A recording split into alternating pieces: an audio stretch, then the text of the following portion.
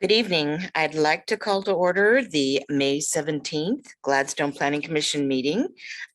Tammy, would you do a roll call, please? Commissioner Langston, Present.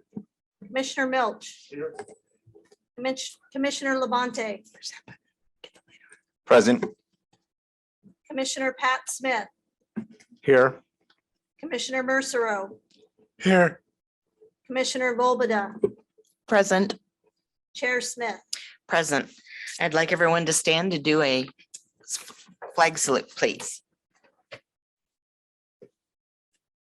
I pledge allegiance to the flag of the United States of America and to the republic for which it stands, one nation, under God, indivisible, with liberty and justice for all.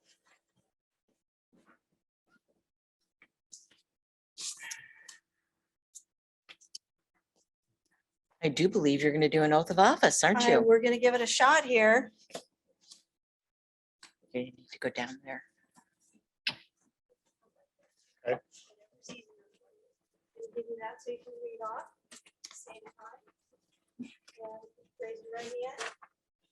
I state your name. I, Patrick Smith, Do solemnly swear that I will support the Constitution do solemnly swear that I will support the Constitution of the United States and the state of Oregon, of the United States and the state of Oregon, and the Charter and Municipal Code of the City of Gladstone, and the Charter and Municipal Code of the City of Gladstone, and that I will, to the best of my ability, and that I will, to the best of my ability, perform the duties of Planning Commissioner perform the duties of Planning Commissioner for the City of Gladstone, Oregon, for the City of Gladstone, Oregon, during my entire term, so help me God. during my entire term, so help me God. Congratulations. Thank you. You need a signature on I do this? need a signature on both of those, and I'll give you a copy. Okay.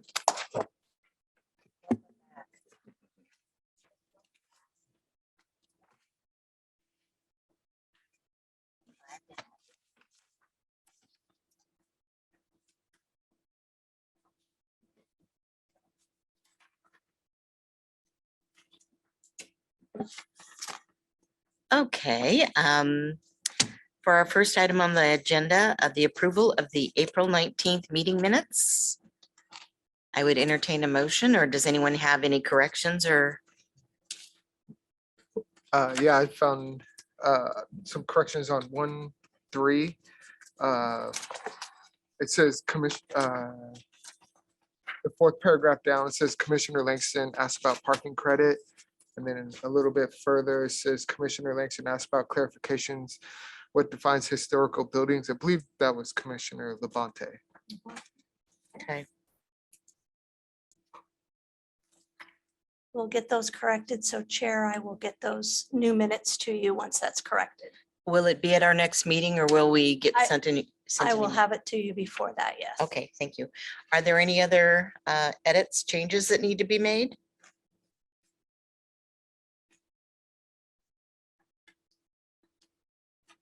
I move that we adopt the minutes of our April meeting. I second. Roll call, please. Commissioner Langston, Yes. Commissioner Milch, Yes. Commissioner Labonte, Yes. Commissioner Pat Smith, Yes. Commissioner Mercero, Yes. Commissioner Volbada, Yes. Chair Smith. Yes. Okay, on to our monthly planning report. Staff, please.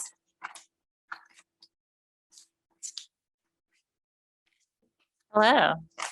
It is so nice to be here in person. The microphones are still a little scary, but it's nice to see your faces. So in April, we had one customer come to the counter and ask for information on current zoning regulations, as well as a discussion of House Bill 2001 and the amendments that are coming. We had 68 phone calls and emails. We had 11 building permits with land use review. No pre-application conferences and one administrative action, which was a sign permit for Hollywood Beverage.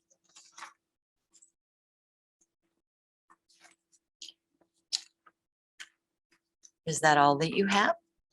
It is, unless you have any further questions about the planning report. No, I do not. Does anyone else? I would say that's no. Thank you very much. Okay.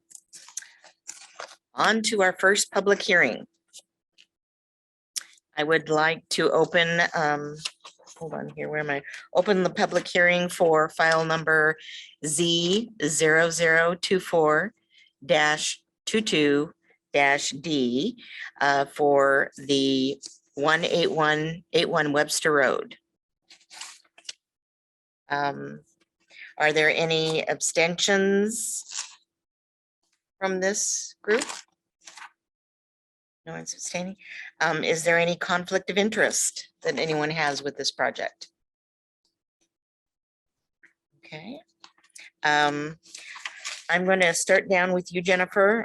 Is there any ex parte contact, or did you visit the site? No contact, driven by the site. Okay. Commissioner Milch? Yes, no contact with any principals. I did drive through the site just last week to familiarize. Can you make sure and turn your mic? Thank you. No contact with any principals. I did drive through the site to familiarize myself with the location in relation to the other buildings. Hey, Langston? No ex parte contact, and I have been to the site. Okay. Commissioner Smith? I drove through the site last week, no contact with any of the principals. Okay. No ex parte contact, and I've driven through the site, yes. No ex parte contact, and I drove through the site and looked at it again today. I've looked at it 2 or 3 times, but Okay. I checked it again and tried to figure out where they're gonna build their. And I have no, this is Chair Smith, I have no ex parte contact, and I have driven around the site. Okay, so let's see, on to the next step. I'm new at this, so bear with me. Okay. If you testify, you must raise all issues you wish to address at this hearing. If your issue is not raised at this hearing, it cannot be raised later in any appeal. Your comments should state why the application should or should not be approved, or include your proposed modifications if you believe are necessary for approval according to the standards. Because this is the initial evidentiary hearing, state law grants any party the right to request a continuance of this hearing or ask that the record remain open after the hearing is closed. If you do not raise specific issues at the final evidentiary hearing or by the close of the record, or fail to provide statements or evidence to allow the local government or its designee to respond to the issue, you will not be able to appeal the decision to the Land Use Board of Appeals based on that particular issue. Failure of the applicant to raise constitutional or other issues relating to proposed conditions of approval with sufficient specificity to allow the local government or its designee to respond to the issues precludes an action for damages in circuit court. Staff report, please. So you all received a very detailed staff report. The application was over 400 pages, all told. So they submitted it in January and then resubmitted things in February. And so the application is very large. And then the staff report is very large as well. So I apologize for all the paper, but I am glad that you received the large versions of the file so that you could see details of what we're talking about tonight. And that is the design review application for additional garages at the Webster Road apartments. Oh, Webster Ridge, yes. And I have the controls. I was waiting for you, Tammy. Did you turn it on?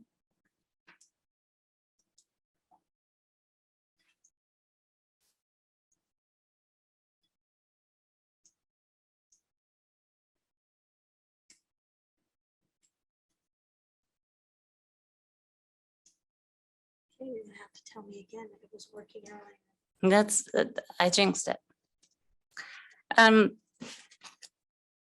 So the site has no known environmental overlays. And you may remember the site from 2020 when they went through a rezone application for 1.04 acres that was previously zoned low-density residential and owned by the church to the north. They went through a rezone application and then a property line adjustment application in December of that year. And now they are coming before you for a design review of the proposed garages and playground and additional parking. So tonight we will be looking at the overall proposal and the key findings that needed to be addressed that were not completely addressed in the application. And if you have any questions about other findings, please feel free to raise your hand and interrupt me if you have questions.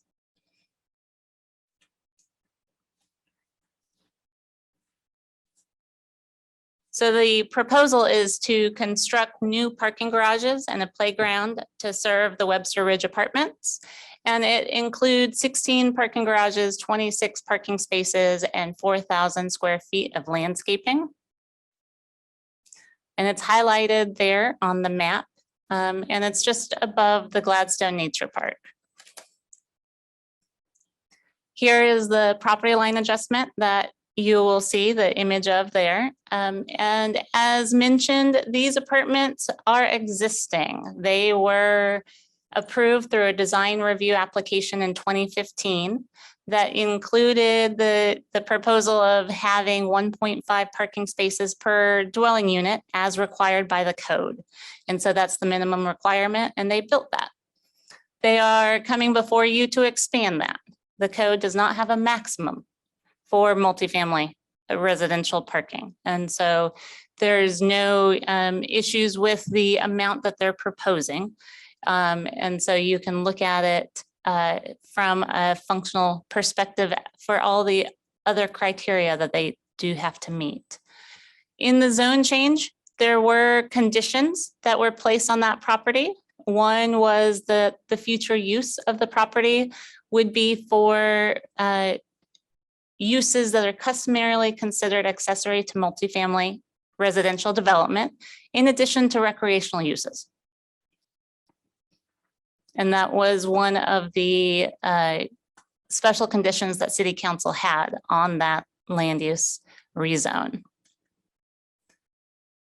The aerial image in front of you shows where it is, and I could see how it would be hard to see as you're driving through the apartments. Where will this new development be? But it is to the west and north of the existing parking area. And with the property line adjustment and the rezoning, that entire parcel is zoned multifamily residential now. And it is a total of about 5.12 acres.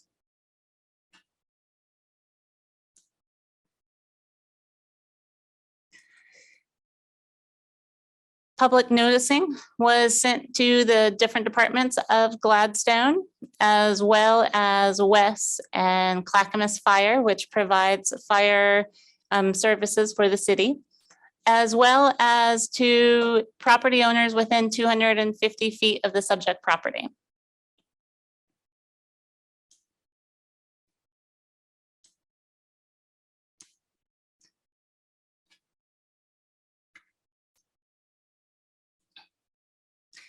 This is the zoning map that is going to be re-updated to show the rezone. Currently, it shows the shape of the property prior to the rezone.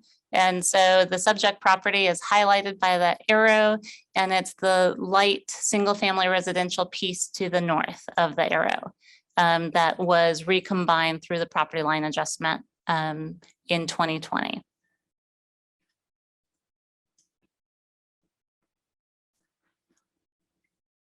As parking garages, they are an allowed use outright in the zoning district.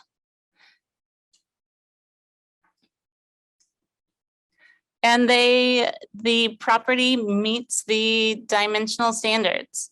The front setback, rear setback, side setback, they are met with the proposed additional development as well as the existing development. The lot area meets the size requirements. The building height is met. The minimum vegetation is 20%, and there is a suggested special condition of approval about landscaping to ensure that the previous 20% of landscaping that was required by the 2015 land use decision, as well as the current 20% of landscaping is met with the proposed development. You'll see an excerpt on the right of the screen from the approved landscaping plan from 2015 that shows shrubs and landscaping as well as lawn right behind that building. And that was included in that 20% and needs to be maintained to ensure that the 20% that was approved is maintained and retained for the existing development as this new development comes. I will say that this morning, the applicant provided me with additional documents. And so on the screen in front of you, the little tiny image is what I had in your packet for the section of the landscaping plan that showed the 5-foot distance between the parking garages and the adjacent residential property to the north. You'll see that they provided me with an updated landscaping plan this morning that includes arborvitae in that landscaping strip to ensure that there is a 6-foot screen between the multifamily residential development and the low density residential land just to the north. Because that land is currently vacant, but it is zoned low density residential, and per the code, it requires screening.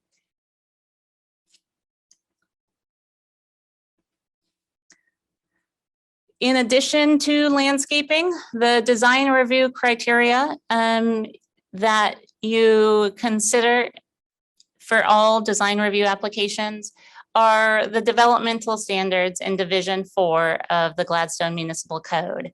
And so I touched on these in the staff report if you have any specific questions, and there are a few that are not applicable, like the wireless telecommunication facilities or the billboards. But I tried to address the ones that were applicable to sufficient detail to give you an understanding of what they were proposing and how it met the code. One of them that I wanted to highlight, one of the design criteria, is the building materials and the siting and design standards. With the design of the garages with the gable roof, the siting, energy efficiency, compatibility, building materials, there did not appear to be any concern with those. They will have to go through the building permit process and meet the energy efficiency that is required for the garages.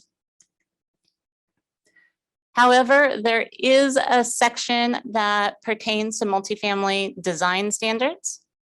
And all new multifamily buildings, including accessory buildings, shall be subject to the following design standards. And any wall that is visible from the public street or from adjacent property in a low density residential zoning district shall have some break in the monotony. And so as proposed, the application included a 95-foot, just over 95-foot wall that was just horizontal lap siding.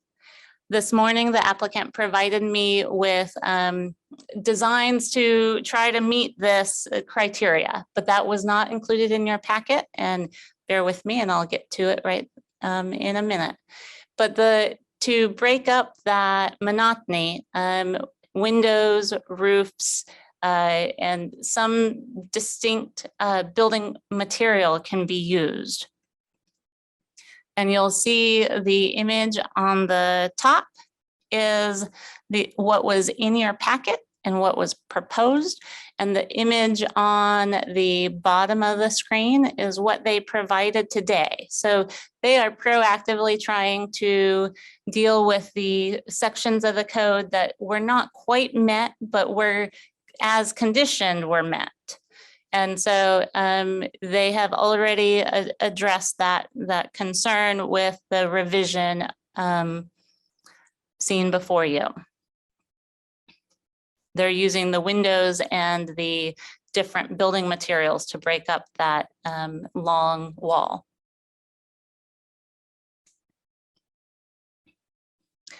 Additional building, siting, and design standards include lighting. And that was another condition of approval for the rezoning, to limit the amount of lighting so that it did not impact the neighbor homes. So the rezone application Z0149-20 had that requirement. And it's on the screen for you to refer back to. It is also a condition in the design review standards that a lighting plan shall be provided to ensure that the lighting is not distracting drivers or going onto adjacent properties. And so there is a special condition of approval for you all to consider, which was a photometric analysis or master plan for the lighting to ensure that these are met. I did not see any lighting plan in the materials that they provided.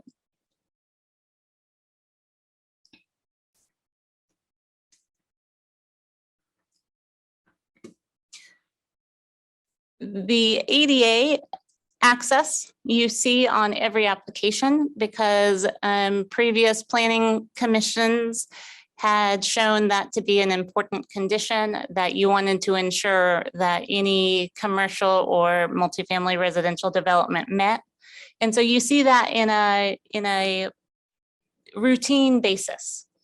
However, with this development, with the sidewalks and the garages, we want to ensure that all pedestrians, both handicapped and not handicapped, have the access that they need. And there are clear criteria in the code for pedestrian access. And so that is one of the special conditions of approval that were included for you all to consider.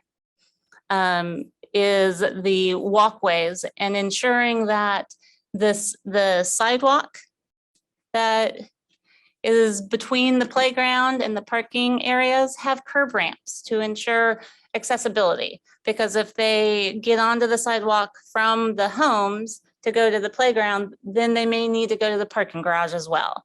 And so ensuring that there is clear access throughout the site for everyone to be safe was one of the things that was included as a potential special condition of approval for you all to consider.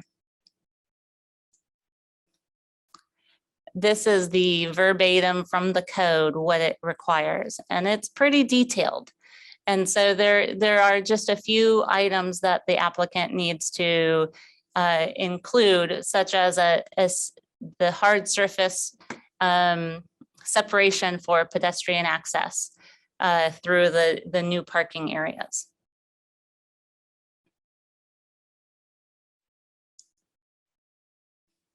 Additionally, there was some discrepancies between their hardscape plan and their landscaping plan as far as where the pedestrian access would be.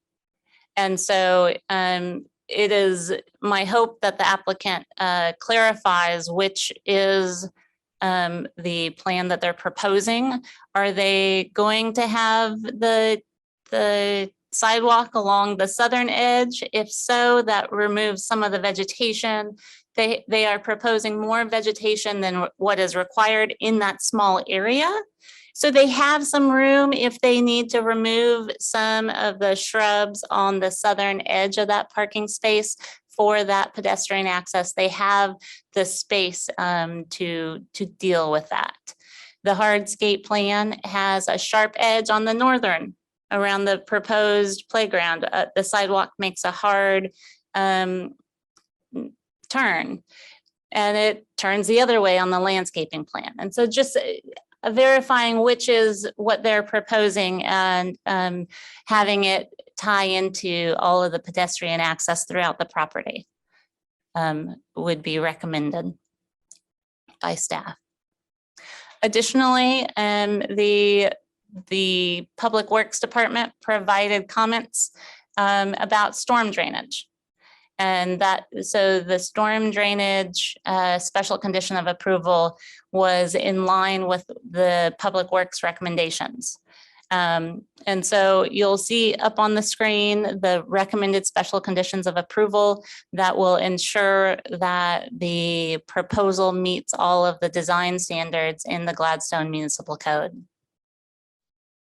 Water was there purely because of the vault.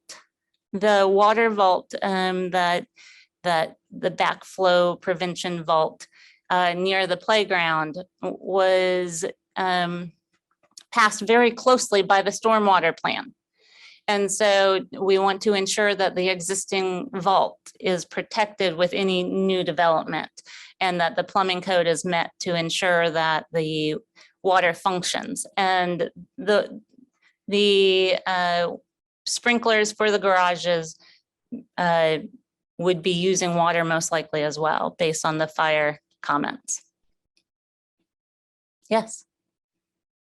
Among the 13 special conditions on this slide, number 3, which is the one that has to do with the walls, the visible walls of the parking garages, is not listed here. I assume that's just a Scribner's error and it's still part of the required conditions.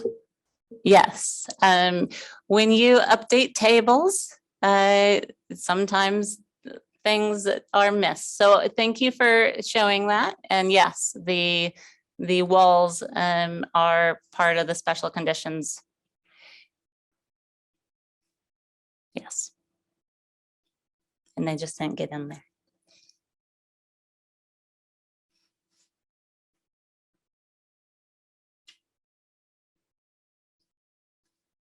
Any other questions?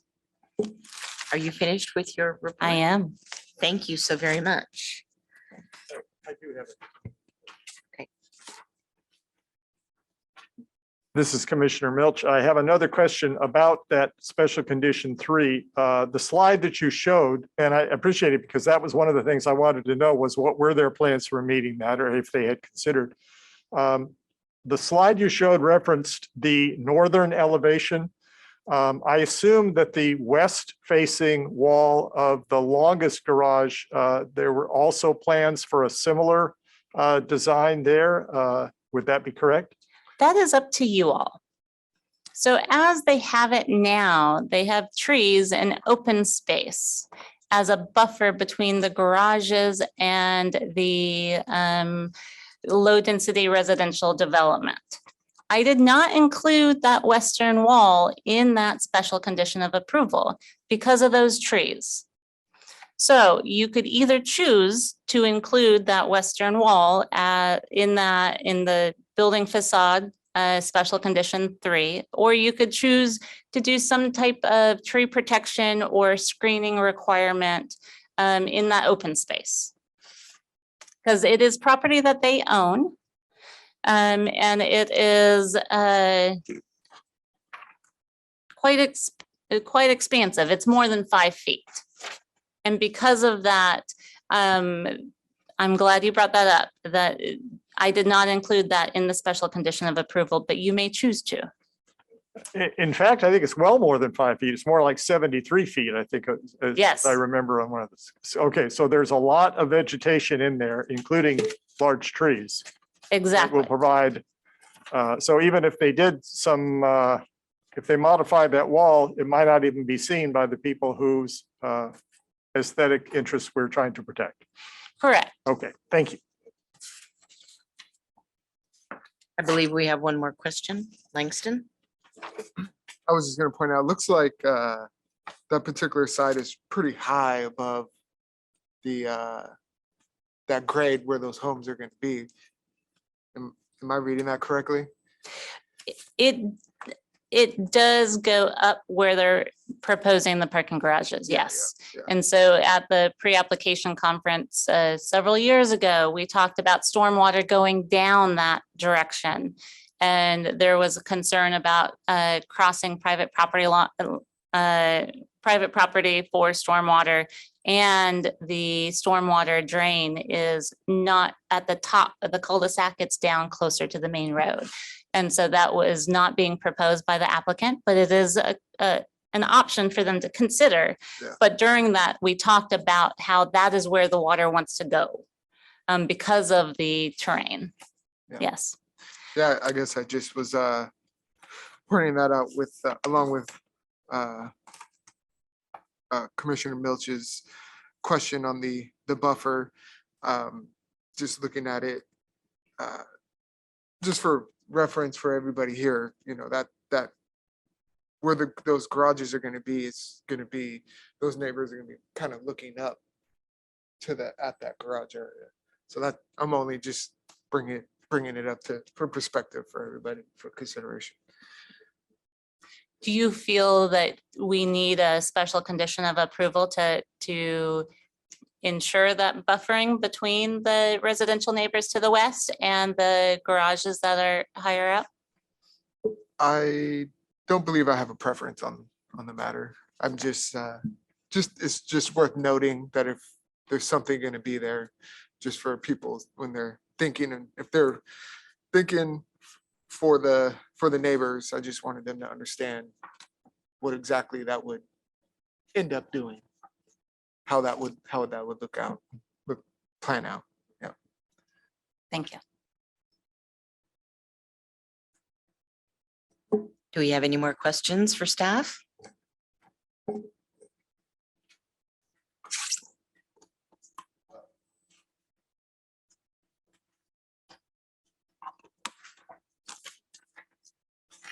Okay, would the applicant like to present?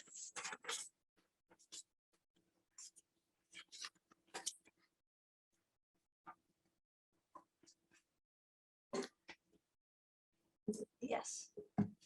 My name is Bob Sanders and I work for Creations Northwest, the owner of the property. And to address some of your concerns, this last one, we do plan to plant some trees along that additional trees. The requirement on the north side is kind of a mixed thing, you know, asking for different materials on there plus landscaping. So we propose to put arborvitae every 6 feet, 6 foot tall. You're not going to see that siding either, but we did that, we proposed for it. But on the west side, we do have a large buffer area that we left that. That land was originally zoned, could have a 2-story townhome or building in there. So we're not any higher than that. So if that, hopefully that answers those questions. Lighting, we will provide our lighting cut sheets and our proposed plan. Typically on garages, we have some down lights by the number. So it lights the pedestrian path, but it doesn't light upwards. The ramps, the ADA ramps, we have met the ADA requirement on the apartments. We usually have designated ADA units and we have the parking by those units. So we're not proposing any ADA parking spaces in this new expansion area. Therefore, we didn't put curb ramps in. We could, but we didn't propose that because we've met that, and to put ADA parking space so far away from their units, usually that's not acceptable for ADA access. So we didn't do that. The parking or the sidewalk on the south side around what we call Building 2, the one that's on the east side of this new parking lot. We do have sidewalk along there. We're just connecting it up to the new parking lot. So we really haven't lost much of any landscaping. The planner mentioned about retaining the landscaping along our west side of Building 2. That's incorporated in the lawn for the play area. So we haven't lost any of that. We just added to it.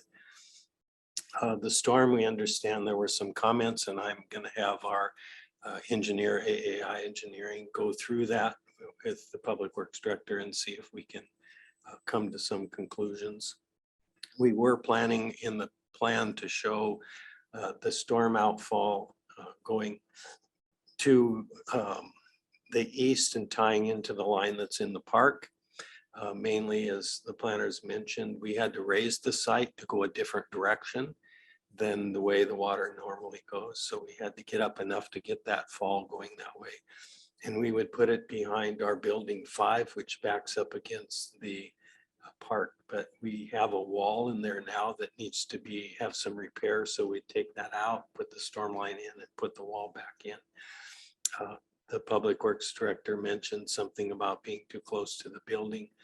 If we could get an easement in the park, we would go that route also if he has some concern, but we do need to do some repair on that wall, and the pipe would be buried in the backfill of that wall. It wouldn't be any deeper or compromise the building. We do know we have to go through rock between two of our buildings in the parking access. Not going to be pretty for our residents to hammer through that rock, but that's the route we have to go to get through there. So I appreciate your consideration of reviewing our proposals. We've done a lot of changes as requested, trying to make it work. And we appreciate your review so we can move forward with our project. Thank you. Thank you. Do we have any public testimony at this time? Please come forward and state your name and address. Cheers. My name's Nels Rury. I live at 1105 Stonewood Court, which looks right onto the property. I have a couple of questions. The fencing, the arborvitae that you're proposing along the north side of the property or the development, is that correct? Is there going to be anything besides arborvitae? It's going to be like a fence or anything to delineate the church property from the building property? Yes. There is going to be a fence, and the arborvitae will be on your side of the property. Okay, that's good to know. I just want to comment on the fact that they've already done a lot of fill. So the property's been raised up, I don't know, 5 feet, maybe 4 feet, and whatever. But so I don't have any objection to the building. What I'm looking at now is not preferable to what they're going to build. But one concern I do have is where they're proposing the recreational area is currently has a bunch of weeds on it. Now, those weeds are not the kind of weeds you want to have. They're poisonous hemlock. And I've been spraying because I want to, but that is going to have to be remediated before they can do any kind of building. If they don't plan on filling over that or anything, those seeds that come from those plants can stay in the ground for 3 years and then pop up. So the best thing to do right now would be to start spraying them out, trying to get rid of them. So you might want to think about that. That mound of dirt that's sitting on the corner, still on the church property right now. It's covered with, it was covered with the same kind of weed. I've sprayed it and most of it is dead now. but I don't know how many seeds those propagated from last year. So if there's other seeds in there, I don't know what you plan to do with that dirt, but you better take care of that too. I'm glad to hear about the drainage issue. That was something I was concerned about. I have a drainage easement that runs across the back of my property that is actually on church property. And so I was worried that that might be filling up occasionally. It does now when it really rains a lot, but it goes away quickly. It's no big deal. My only concern is that it's going to take a long time. And I don't like that. But nevertheless, I don't have any objection, like I said. I just wanted to make sure that some of these concerns that I have concerning the poisonous weeds and the property not getting developed fairly quickly. So if you have any questions for me, I'll answer them if I can. Does the applicant have any questions or want to rebut what he said? Okay, Okay. thank you. That's it. That's all. Thank you very much. You're welcome. Does anyone here have any questions of this gentleman? Okay, thank you, sir, very much.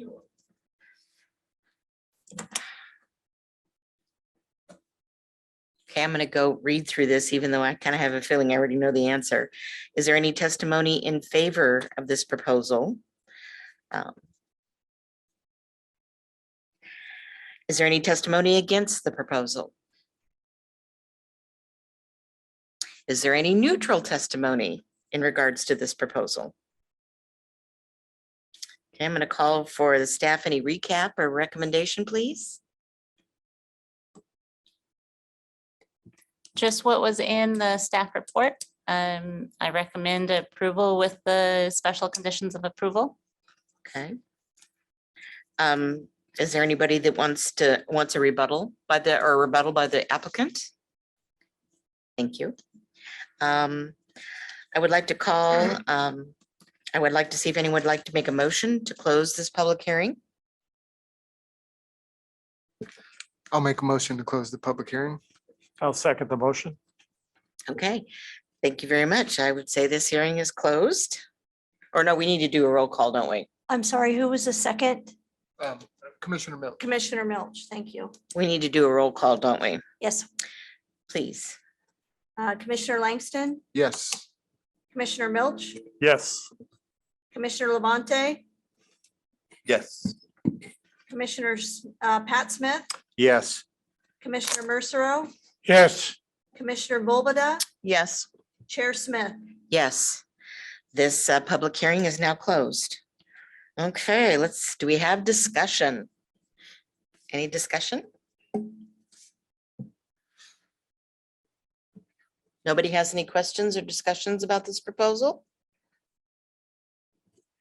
I can only make a comment. I reviewed it like everybody did pretty thoroughly, I'm sure. But it looked to me like everything was looked at and did a great job, Joy. Oh, that's all I've got. Yeah, I don't think it was a surprise that it was going to be here. We all knew it was coming, and it makes sense. I'm sure it won't take too long for them to get that done. It's not a whole lot of work. You probably want to get that asphalt down before the weather turns anyway, so sure it'll be done pretty quick. So no questions or discussion at all from anyone? Okay, I'd entertain a motion.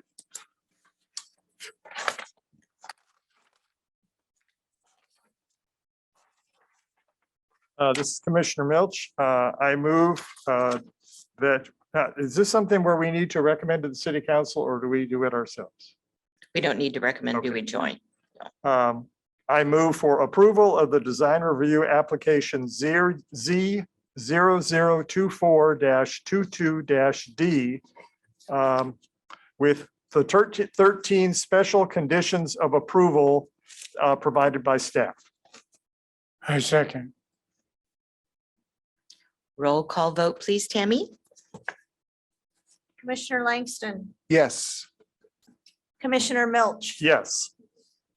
Commissioner Labonte, Yes. Commissioner Pat Smith, Yes. Commissioner Mercero, yes, Commissioner Volbada, Yes.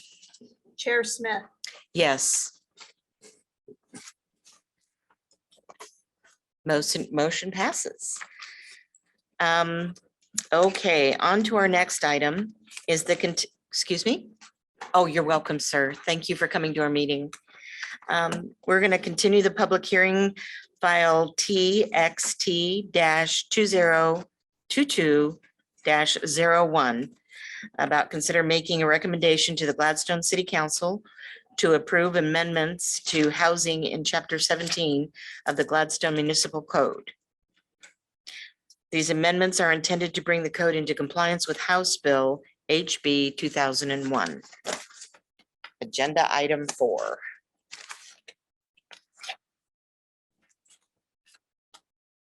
I believe Miss John P. is going to be coming on here with the staff report for you.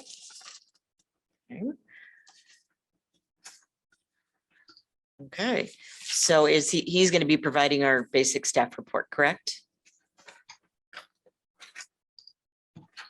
I believe he's going to do a presentation here, and it is included in your packet, the changes. Okay, excellent. Well, then let's proceed. Good evening, commissioners. My name is John Phoenix. I'm a principal and project manager with MIG, and we're a consultant team helping City of Gladstone with the House Bill 2001, known as the Middle Housing Bill compliance. So thank you for having us tonight. I guess we could talk about a couple of things with the agenda that's in your packet tonight. We've got 2 presentations. So I'll be providing the first presentation on House Bill 2001 recommendations, a recap of what we talked about at the last Planning Commission public hearing. And then Joy Fields will have a follow-up presentation identifying more details on a few follow-up items that we talked about at that last meeting as well. So let me share my screen. We'll get the presentation going.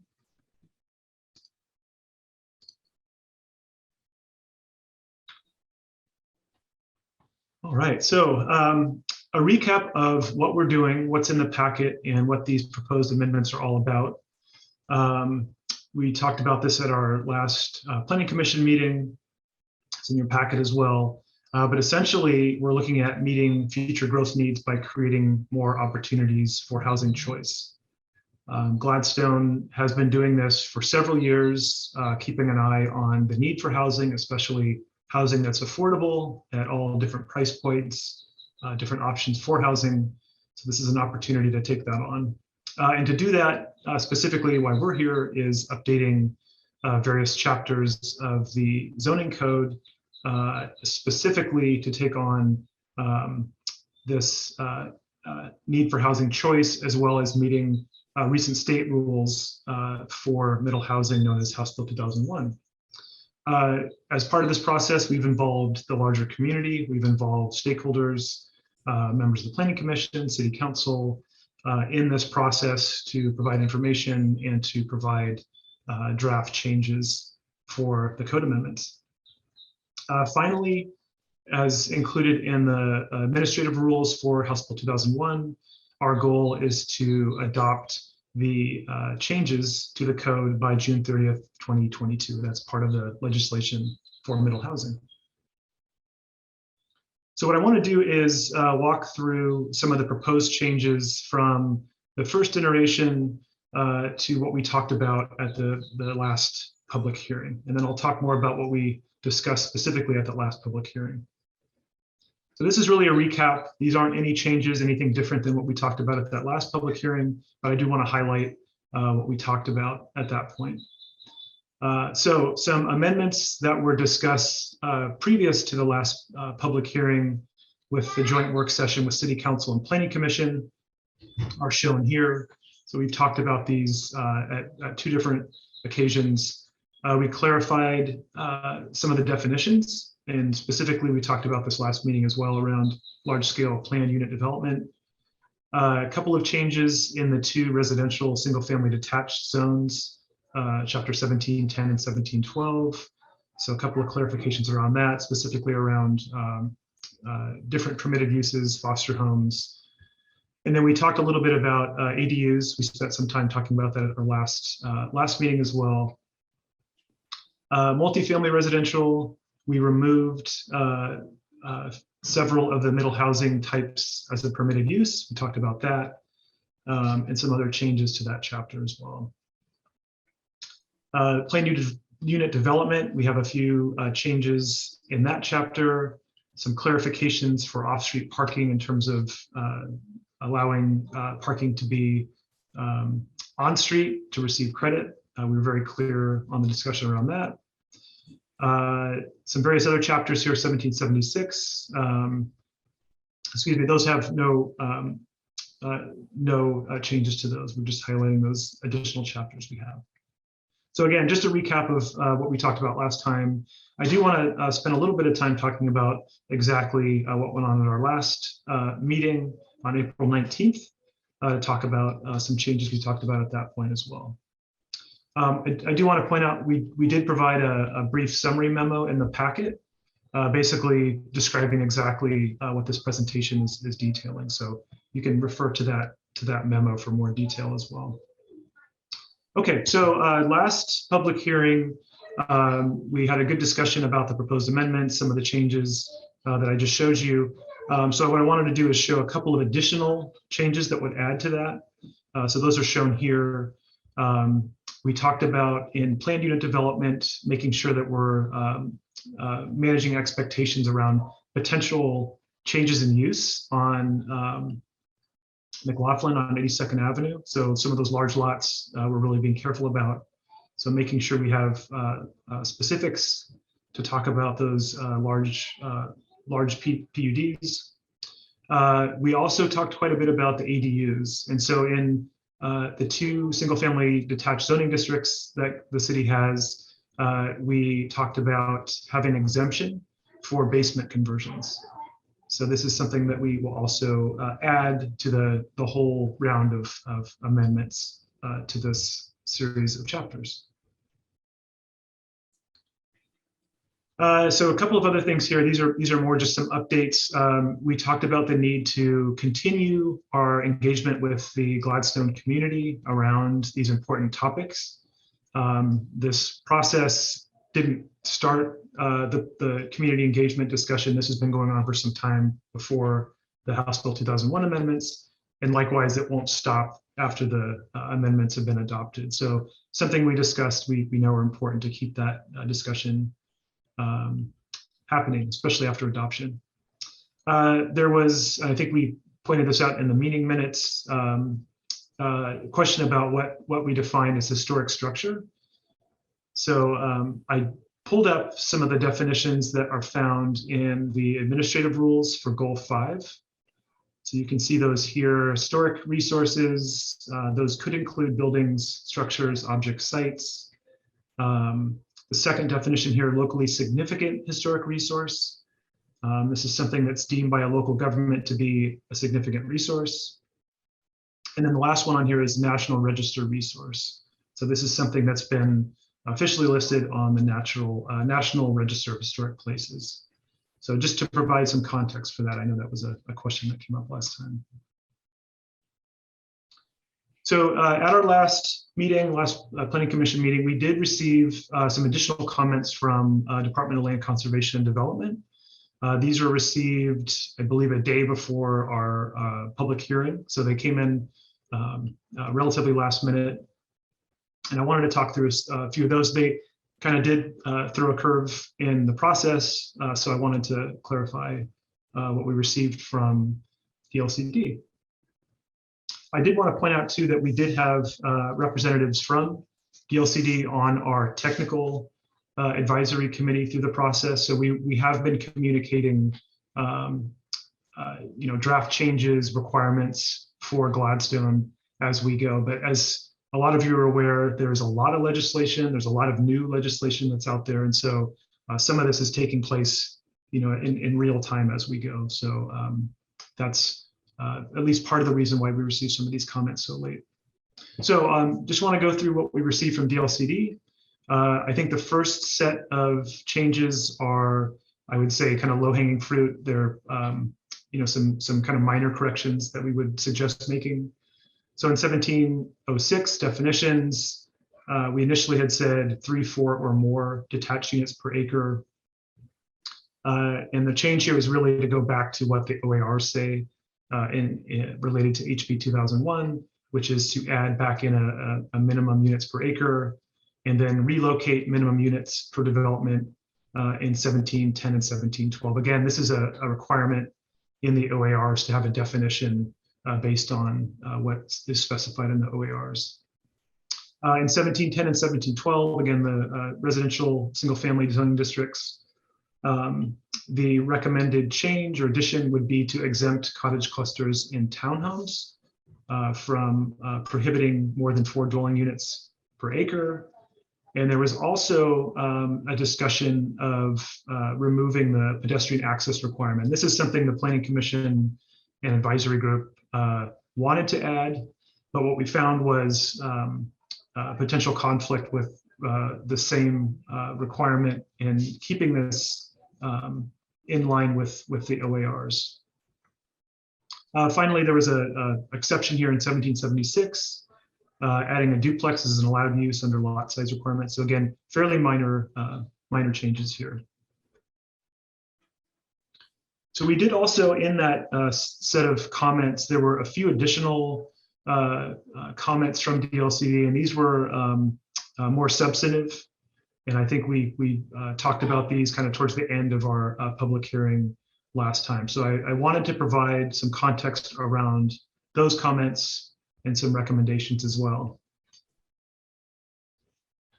So there are basically two pieces to these changes. The first one, and this is one that Joy Fields will be providing a little bit more detailed information and potential amendments following my presentation.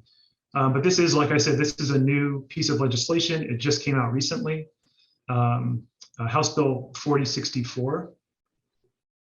So first thing is, what does this require? What does the new rule requires? Well, it prohibits cities from regulating manufactured dwellings in a way that's inconsistent with detached single-family dwellings. So in a way, it's very similar to House Bill 2001 and the rules around that, in the sense that manufactured housing is a type of housing that's affordable. And so we want to ensure that we're not treating that type of housing any differently than we would detached single-family housing. So what's currently required in the city of Gladstone? Well, residential zoning districts actually have different standards for manufactured dwellings, different design standards than are required for single-family detached dwellings. So there's a conflict with the new rules. So essentially, the amendments that would be needed would be to amend the R5 and R7.2 districts to comply with 4064. And as I said, Joy will have some more specifics on that. The second one that was addressed is some statutes related to discretionary review. So if you remember going back to, what's included in House Bill 2001, what are the rules require? Part of it is making sure we're looking at clear and objective standards. So we don't want to cause unreasonable cost or delay in approving new housing. So no discretionary reviews. And I wanted to point out that what's currently required has been in the zoning code. So this wasn't part of our proposed amendments, at least in terms of the R5 and R7.2 zones. So currently, what's in the code right now in those two chapters is that multifamily dwellings are conditional use. So essentially, it's a discretionary process. Detached single-family dwellings are also conditional use in the MR zone. Again, that's existing. And then one amendment that we have proposed through this process was to add middle housing in the MR zone as a conditional use. And again, that would be considered discretionary. So what would be needed? Some options. How could we be in line with with the rules. So a couple options here. And again, we talked about these at our last meeting. The first would be to update conditional use standards on a separate case, separate process. So we would dive back into the code and see how we could fix conditional use process to make sure that's clear and objective.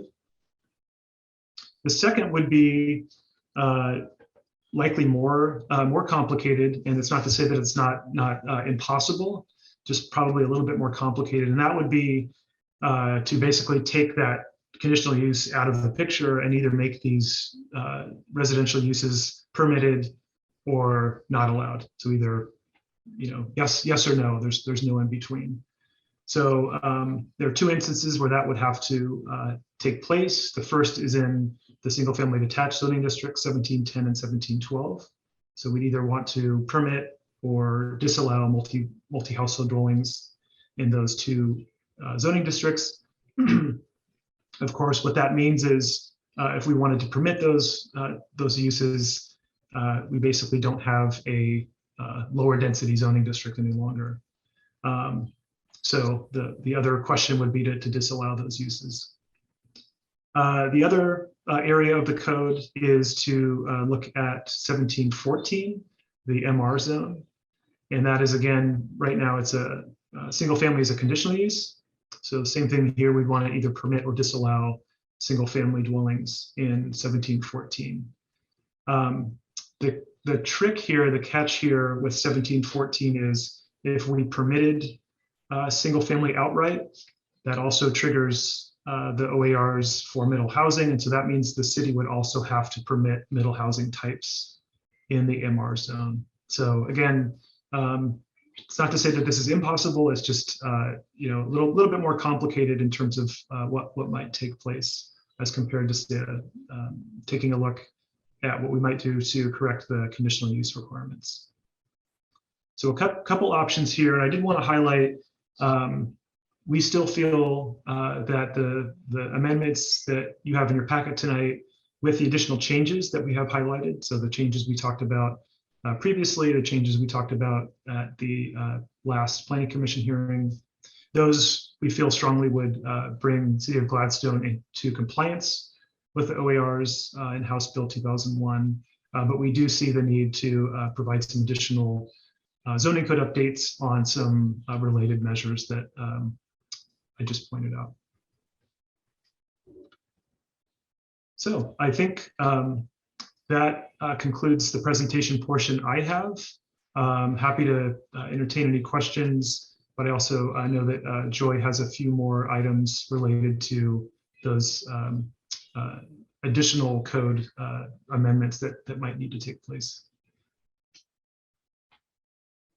So my presentation will cover the manufactured homes, sidewalks, and just a placeholder for conditional uses. So if you have specific questions about the code amendments, please feel free to ask those now. I do have a question. We've been talking a lot about ADUs and the square footage for them, but the setbacks would still apply. Is that correct? So it may be the determining factor of how many square feet an ADU can be based on the setbacks. Is that correct? Can we get clarification on that? John, I'll take this one. Currently, there is a setback exception for accessory uses in the low density residential zoning districts if they are 450 square feet or less. The proposed amendments do not change that. So if it's an 800 square foot ADU, they would have to meet the setbacks, 20 feet from the street, 15 feet from the rear, at least 5 feet from the sides. Depending on your zoning district, it could be a little bit more.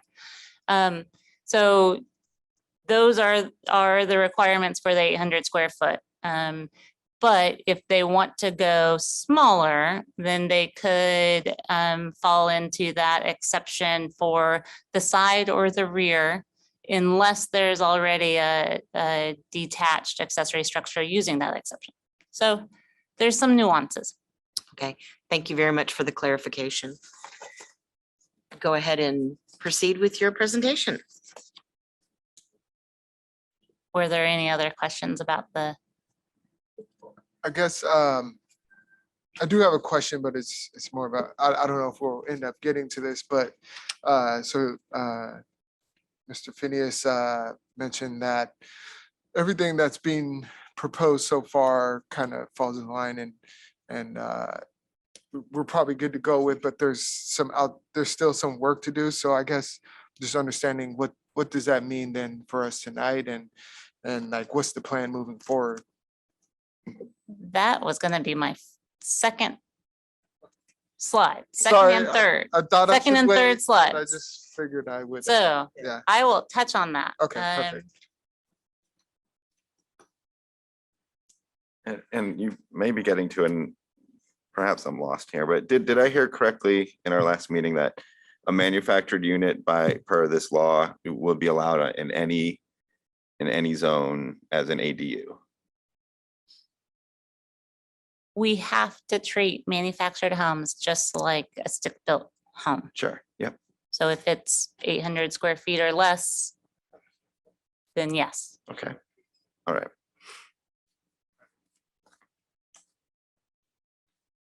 If you're talking about the ADU, if you're talking about a single family home, just like any normal single family home, sorry. Okay. I still had ADU in my head. No, for sure, ADU. Yep, that's exactly right. Yeah, okay. Thank you. All right. Well, I will go ahead then. We've got one more question.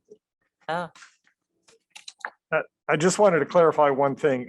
In the discussion we had on planned unit development, your notes make reference to 82nd Avenue. And this is a common mistake even among people who've grown up in the Portland and Gladstone areas, because 82nd Avenue is a street that runs north and south, controlled mainly by the Oregon Department of Transportation, that goes through Clackamas County and Portland, but does not go through Gladstone at all. In Gladstone, we have a north-south similar street called McLaughlin Boulevard. And that's the one that I believe I made reference to primarily in previous discussions we had on planned unit development and potential large acreage properties that could at some point become planned unit developments.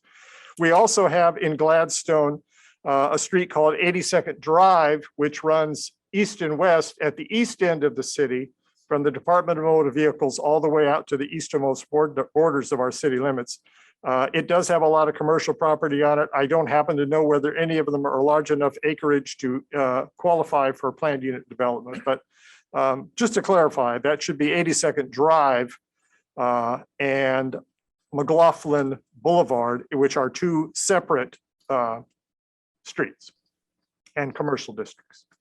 Thank you. I made that clarification. That's helpful to get that down. Thank you.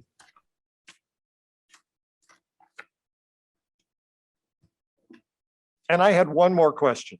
Last meeting, we had an extensive discussion on the area of sidewalks. Tonight, there was reference to pedestrian access. Are those the same thing? not always. So tonight, pedestrian access going through a parking lot or a commercial development, it may or may not be a sidewalk. It may be a raised platform. It may be markings. It may be something to denote that people will be walking there, but it may not be a sidewalk.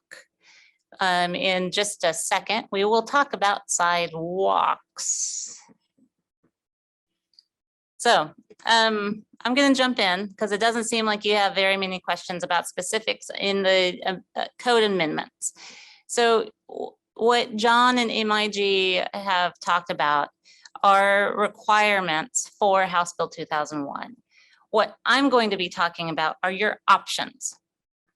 Okay, so by June 30th, 2022, we have to make amendments to come into compliance with House Bill 2001. Primarily, anywhere we allow a single family home as an outright primary use, we now have to allow middle housing as an outright primary use with just a building permit. However, that has some ramifications for the existing code as we know it. And so from here on out, what you say or what you see, what we discuss are not requirements of House Bill 2001. They are options for you to consider as you're making changes to the code and making a recommendation for city council and looking at how middle housing will impact Gladstone. There are a couple things you need to think about. One is sidewalks. And so sidewalks are not currently required if you're building a single family home. The only time they are required is if that single family home is part of a subdivision or a land division. So you have seen applications for duplexes. Many of you have seen applications for duplexes on a lot that was partitioned into 3 separate lots, and 2 of them had proposed duplexes on it. They were required to have a sidewalk because of the partition process.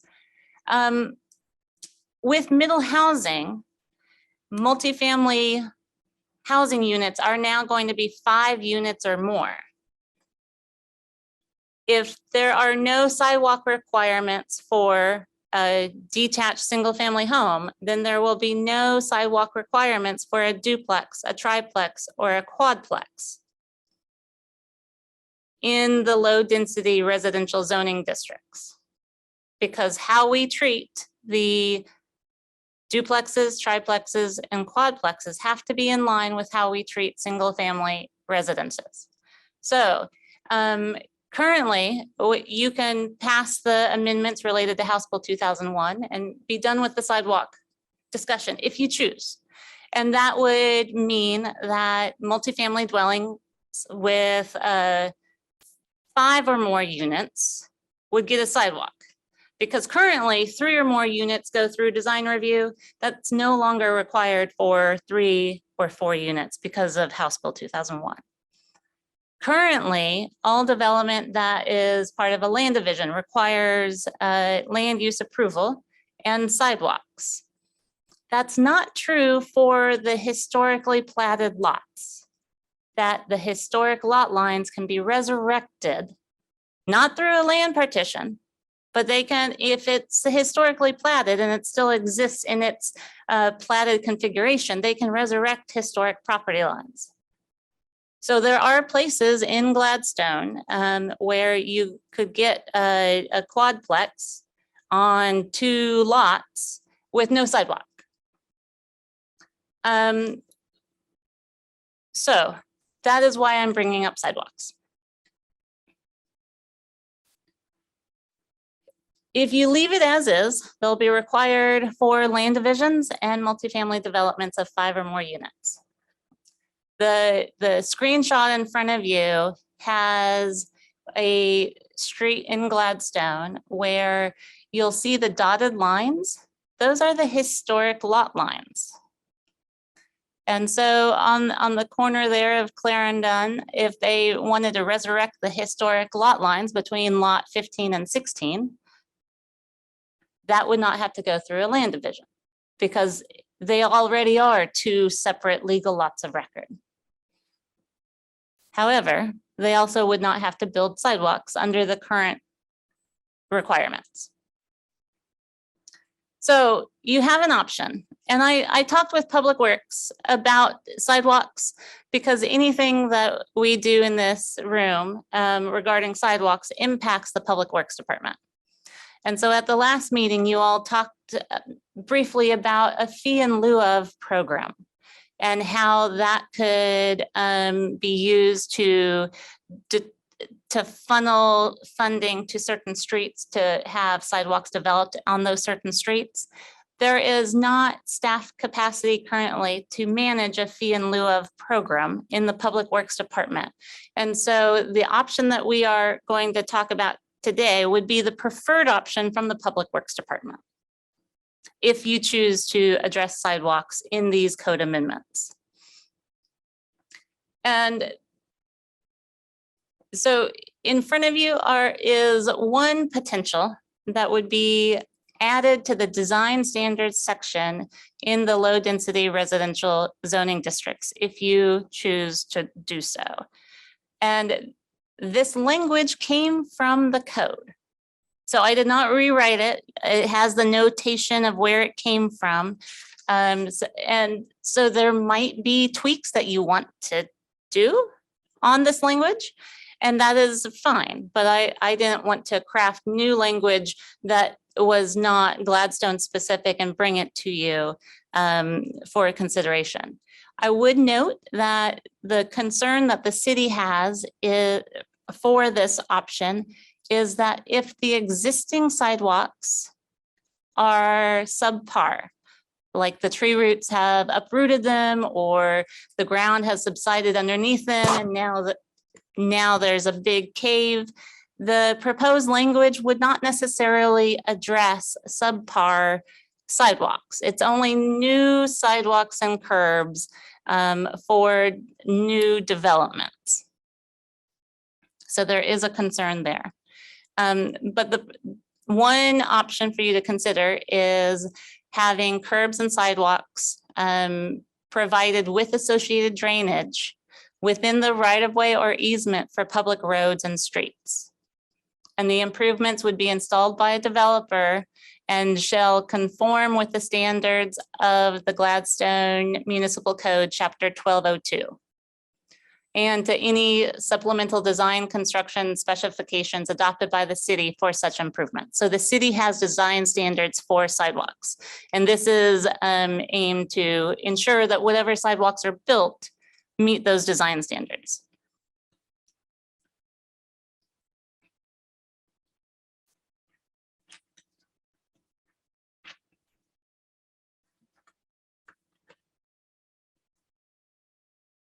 There are some areas of Gladstone that are not identified as pedestrian priorities. And I'm going to skip forward and then go back to this exception to highlight that. On this map is the transportation system plan, where it shows the pedestrian plan projects in green. So the sidewalks are green. And then there's enhanced crossings for pedestrians also identified in green. There is an option for you to consider, which would provide exceptions for cases where sidewalks would not have to be built, if you want to consider it. If there's no existing sidewalks within 200 feet of the subject parcel and no planned sidewalk network in the area as identified in the transportation plan, or when the sidewalks and other frontage improvements would be located on land with cross slopes greater than 9%.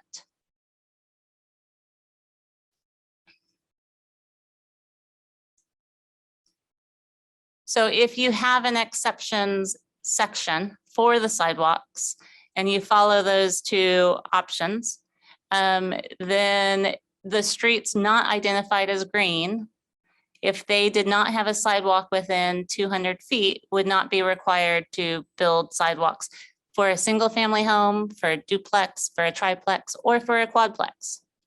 Townhomes and cottage clusters have special design requirements, and so I'm leaving them out, but those are other types of middle housing as well. So with that, I'm happy to talk sidewalks if you would like. So of course, building on one of those lots would be more expensive. Yes.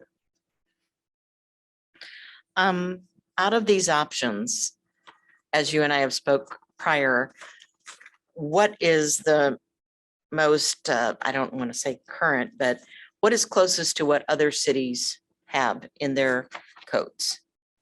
Unincorporated Clackamas County, which abuts Gladstone between here and Milwaukee, requires sidewalks.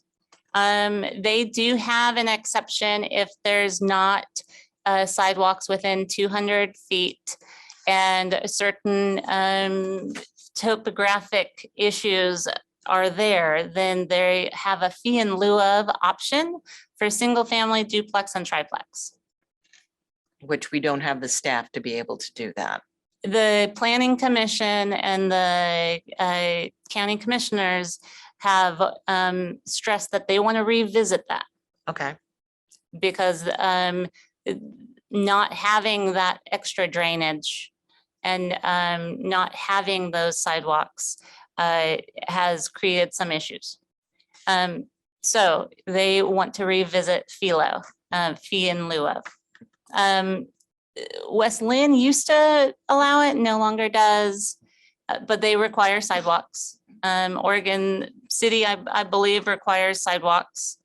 And so all of the jurisdictions around you require it. sidewalks. Yeah. Which now, When- is that option A or option B? Well, option A is to leave it as is currently and no sidewalks would be required. So it'd be option B. Option B would be to require sidewalks. And then you have option B as it stands or option B with exceptions. Okay. Thank you very much for that clarification. Yes. Do these changes apply only to new construction or to conversions? And would they have any, I think of West Dartmouth, East Dartmouth on the north side of the street, there are sidewalks, no sidewalks, sidewalks, no sidewalks. Would this affect people who are homeowners in that situation? I would recommend that it only apply to new construction. And Or- conversions, right? Like if you had a big old house and you wanted to make it a threeplex. No? The ORS for House Bill 2001 is very specific about conversions. And I don't know if we could require road improvements as part of a conversion. And I don't want to walk that line where we may be inadvertently doing something that's not consistent with the OARs or the ORS that for House Bill 2001. Thank you. And I don't have that on top of my head, but I know off the top of my head that it's House Bill 2001, that fine line you're talking about is for anything that's defined as middle housing. So for a conversion that exceeds the scope of what's defined as middle housing, it could be required, but within that scope, it's disallowed. thank you.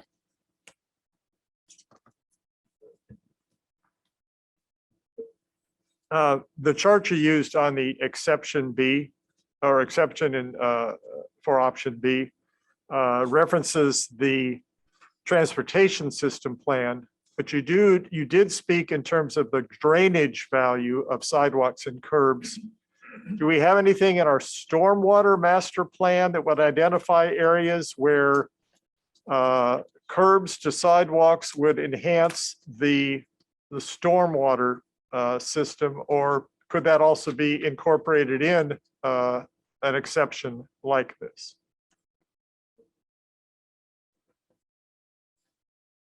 I am not familiar with the stormwater master plan well enough to speak to that. It could be something that you add.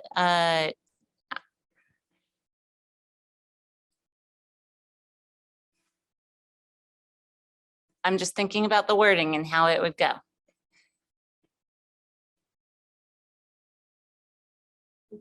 Are you more familiar with the stormwater master plan? Yeah. I'm assuming our public works department. Public would be- Works. Yeah. Yeah, and they did not mention the stormwater master plan. Tying into the existing stormwater infrastructure, you would want to ensure that it was adequate to serve the extra runoff. And so that might be a separate item. Where would there be an exception if the existing stormwater infrastructure was not sufficient? That you wouldn't have to tie into it or provide sidewalks because the infrastructure wasn't? Or would you be improving it in a way that may help with future stormwater infrastructure. And I'm not a builder, so I would defer to your expertise up there. Well, it also occurs to me that since we're planning, extensive stormwater and other infrastructure improvements with funds that are now available to do that, we may not have identified those areas which would be enhanced by having sidewalks and curbs, but once those projects begin, those areas may emerge. And so having the opportunity to tie that in at some point, even though they're not identified in the same way in the stormwater master plan as they currently are in the transportation master plan, was something we should keep in mind for the future. Tammy, who would be the appropriate person we'd want to follow up with? Would it be just Public Works? Sure, thank you, Chair.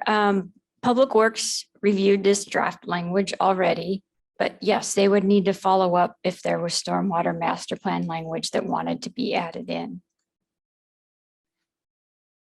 I want to remind you that these are not on a specific deadline.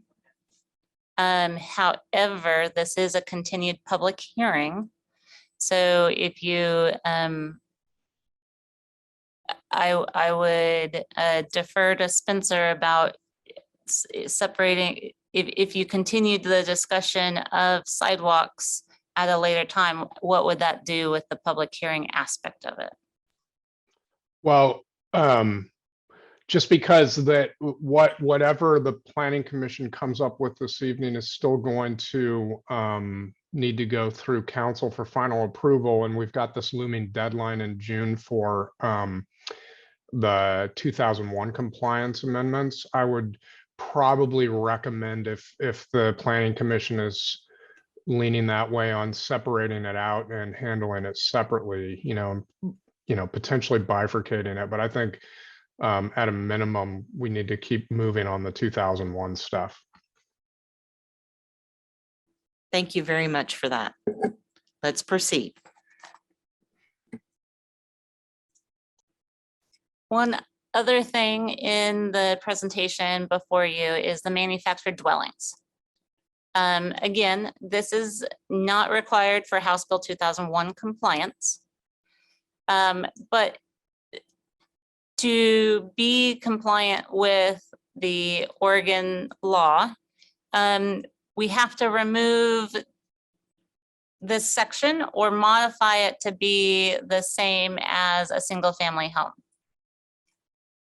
And so for your consideration, looking at the specific requirements for manufactured dwellings and looking at the requirements for single family homes, there are a couple that were in the manufactured dwelling section that have been added here for your consideration. So if you want to act tonight to be compliant with the state law that prohibits us from treating manufactured homes differently, you can either just remove any mention of manufactured dwellings, or you can make some tweaks similar to or what is proposed.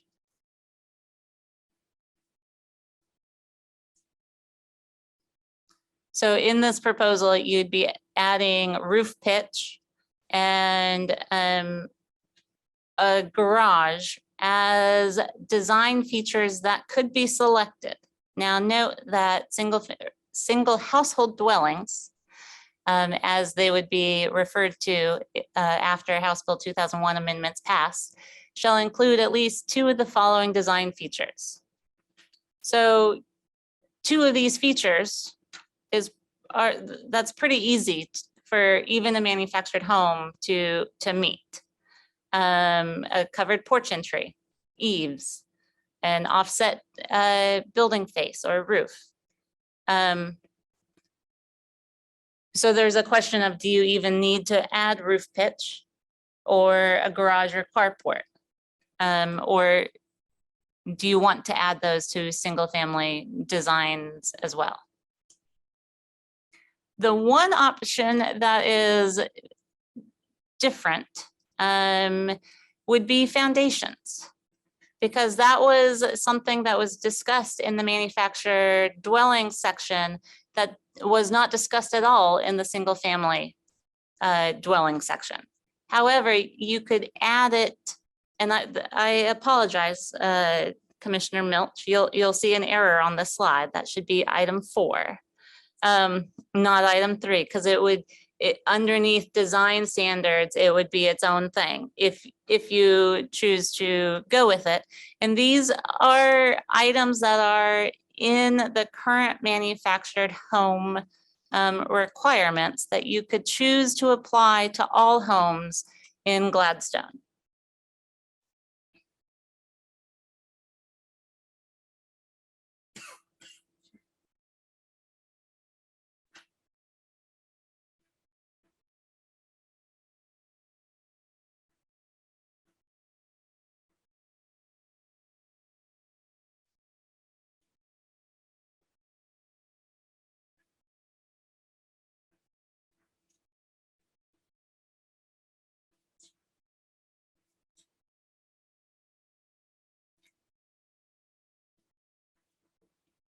I want to go back to a slide you had earlier where you talked about the definition of manufactured dwellings.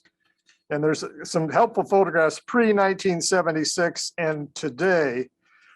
Just to be clear, we use the term manufactured homes to mean what we used to call, a double wide, a trailer, a home that would be in a mobile home park.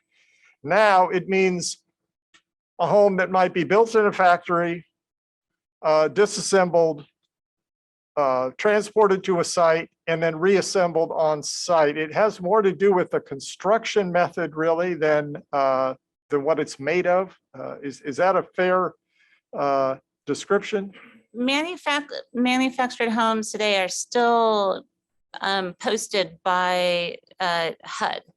They still meet the HUD fabrication requirements. And these actually came from HUD's website, these images. But the way that the current code talks about it, a manufactured dwelling shall be a multi-sectional and enclosed space, not less than 1,000 square feet. That means you have to go to the definition section to identify, does that mean my home that came from, that was prefabricated and brought to the site? Or does that mean a trailer? And you would have to look at 1706 to identify that. And I'll bring that up real quick so that we all have it in our head.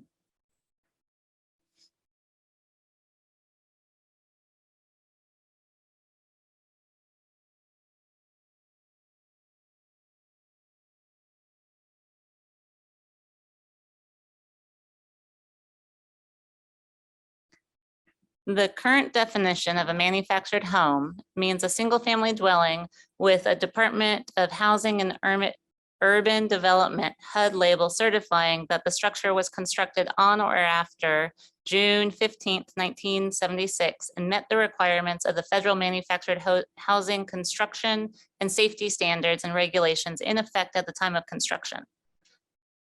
And it goes on to say, consistent with the 1989 Oregon laws, Chapter 380, 1989.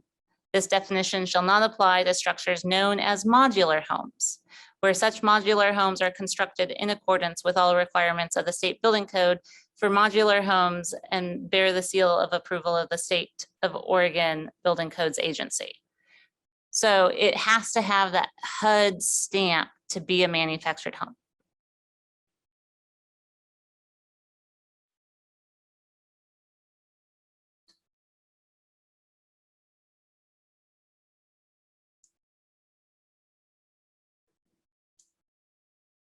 I'm starting to wonder whether we ought to go ahead and try to take action on the things that are under a deadline, that need recommendation to city council for them to act. And that as much as I appreciate being informed about these other issues, it's good to know that we can still continue to work on a variety of sections of our code and add things that are missing in future dates. But I don't want to keep our consultants occupied too much with our discussion of this, and I don't want us to go too far into the weeds on these issues either tonight if there's no time pressure to resolve them. The only time crunch for sidewalks would be that a building permit is submitted on July 1st, 2020 for a quadplex, and no sidewalk is required because it's not currently required. But my last slide was conditional uses, and it is a placeholder because it is not required for House Bill 2001, but will need to be addressed in the future.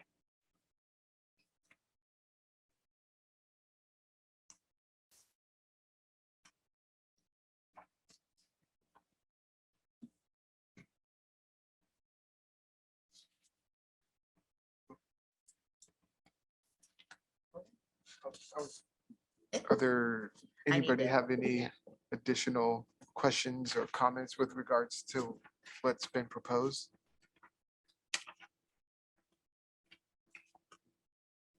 Anybody? So if I'm understanding you correctly, the only issue we would need to kind of decide would be about the sidewalks tonight, If you choose to. if we choose to. Sidewalks are not a requirement of House Bill 2001, but they would be impacted by the House Bill 2001 deadline of July 1st. And then the House Bill 4064 manufactured dwelling, that needs to be resolved with this, or? It does not. If a manufactured home comes in, I will apply state law with my review. Okay. I will not be able to apply the Gladstone Municipal Code section that relates to manufactured dwellings. Okay. Does anybody feel? I had a question about the conditional uses. If we pursue the conditional use changes in the future, what does that do now with the passing of House Bill 2001 with conditional use of single family housing in the MR zone that automatically allows middle housing as it stands with no changes, correct? No. House Bill 2001 does not require that we change our multifamily residential zoning district. Right. Oh, no. I mean, isn't single family housing is a conditional use of the MR zone, correct? Currently, yes. And with House Bill 2001, we have to treat middle housing the same as we would with single family, correct? Correct. So if, do you see where I'm going? I do. If you allow the single family homes outright as a Mhm. permitted primary use, you would automatically have to allow middle housing. Right. When you revisit conditional uses, you will have to confer with the city attorney to ensure that what I'm saying is accurate. Sure. But at that time, you may have to consider middle housing, but Okay. because it's not a primary use and Okay. because it's not a low density residential zoning district, you may be allowed to just have the single family residential house as a conditional use without the middle housing. Okay. Thank you. I'm not going to go on the record definitively here one way or the other on that, but I'll just say that I have some reservations about that conclusion legally, just because of the broad language in House Bill 2001 that there's some broad language in there that says where single family housing is allowed, the city's regulations can be no more restrictive for middle housing. And so at least from an interpretive standpoint, there's one argument that that would be the case if that in that example. So your assumption would be accurate. You would have to do the multifamily or the middle housing as well. Thank you, guys. I would, unless there's any testimony or correspondence, additional testimony or correspondence or any more staff comments, I'd like to close the public hearing if somebody would like to make a motion. Just to be super clear here, so with the sidewalk options, option B, this is something that we should consider this evening, or this is something that we can't. Let's say that that folks want to, say, yes, we want sidewalks, we want it within, if there's within 200 feet, we want sidewalks. Is that a discussion that we should have tonight to apply before we send it to council, or just something that we can do after? I would say if it's a discussion you can have in 15 minutes, have it. Yeah.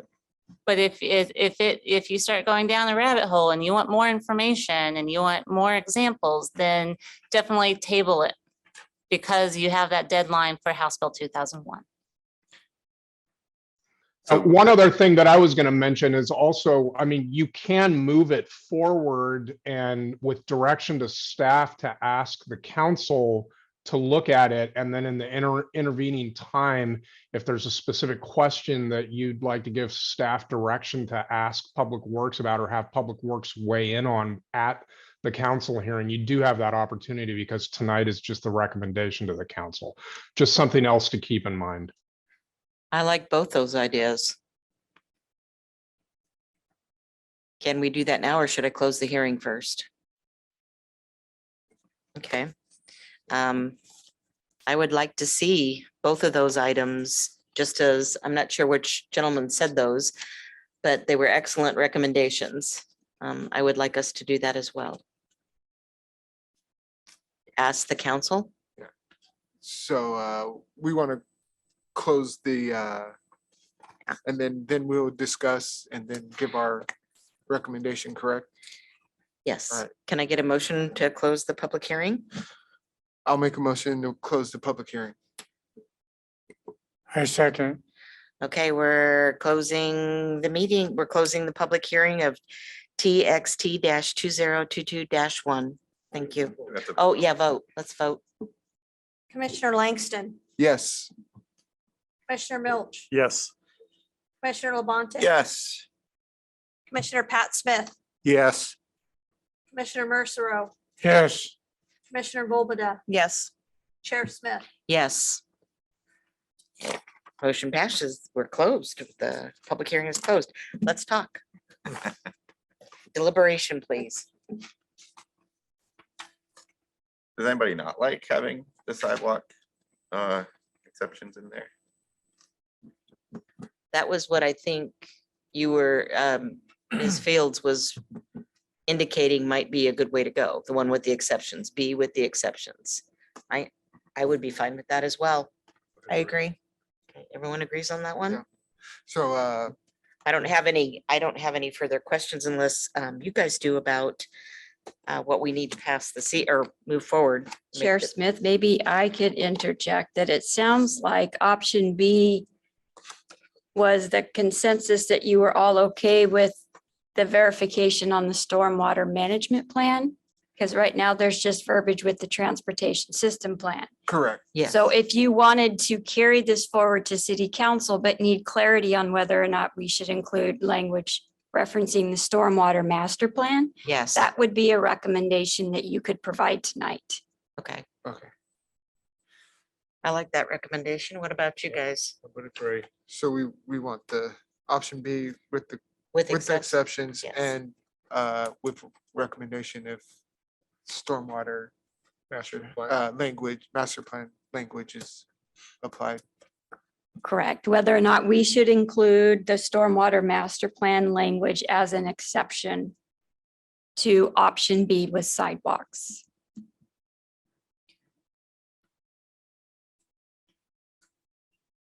And then I'm assuming that everybody's good with the amendments proposed and or to be in compliance with House Bill. If somebody would like to make a motion to go ahead and approve that. Well, actually, I would like to amend a couple of the things that are in the language we've been provided. And I think the recommendation is to approve it as amended by the planning commission. So if we have amendments, this would be time to do that before we do the master motion making the recommendation.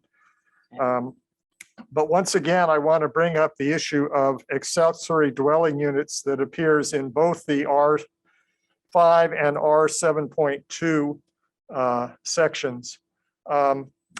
In previous discussions, going back at least a couple of years, we've made use of a survey that Metro did of jurisdiction in the Metro region that have ADU developments or ADU dimensional language in their codes.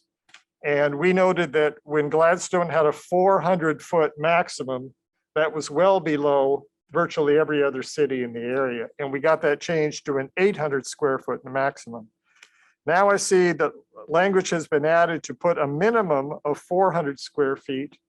And if I go back to that same survey, I noticed that there are only 4 cities in the region that, as of the time of this survey, had minimum size requirements.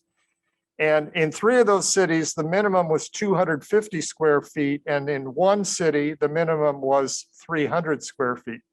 So I think a 400 square foot minimum, once again, puts us as an outlier on these dimensional standards. So I would like to propose that the minimum square footage for an accessory dwelling unit be amended to 250 square feet rather than 400 square feet.